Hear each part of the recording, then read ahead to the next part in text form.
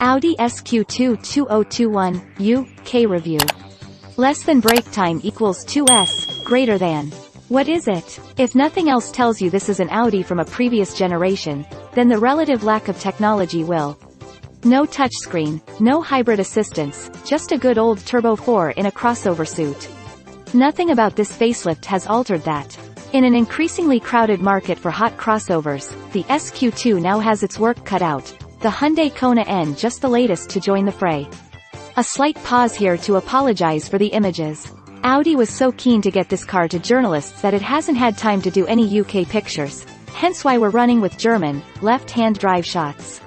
But we did drive a RHD car on UK roads. The bodywork surgery is minor.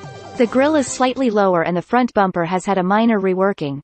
But even with pictures of the old and new SQ2 next to each, it's a struggle to tell which is which.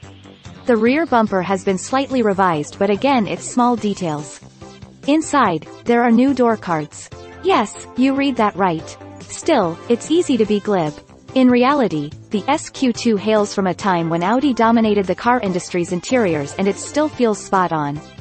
The MMI infotainment system is controlled using a wheel and buttons combo that's easy to work with. Less than brake time equals 2S, greater than. What's it like? The SQ2's engine remains the same as before, so it's the 2.0-liter turbocharged petrol that has done time in the Volkswagen Golf R, Cupra Ateca and more.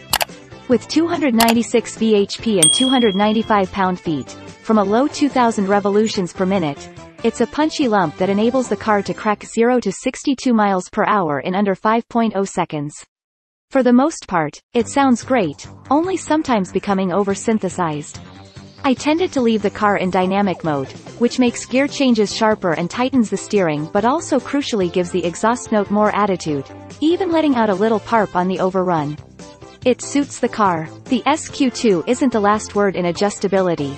Prodigious levels of grip are more this car's shtick, but as a secure and fast way to cross-country, it is impressive. The steering is accurate, if bereft of feel, and body roll is well controlled.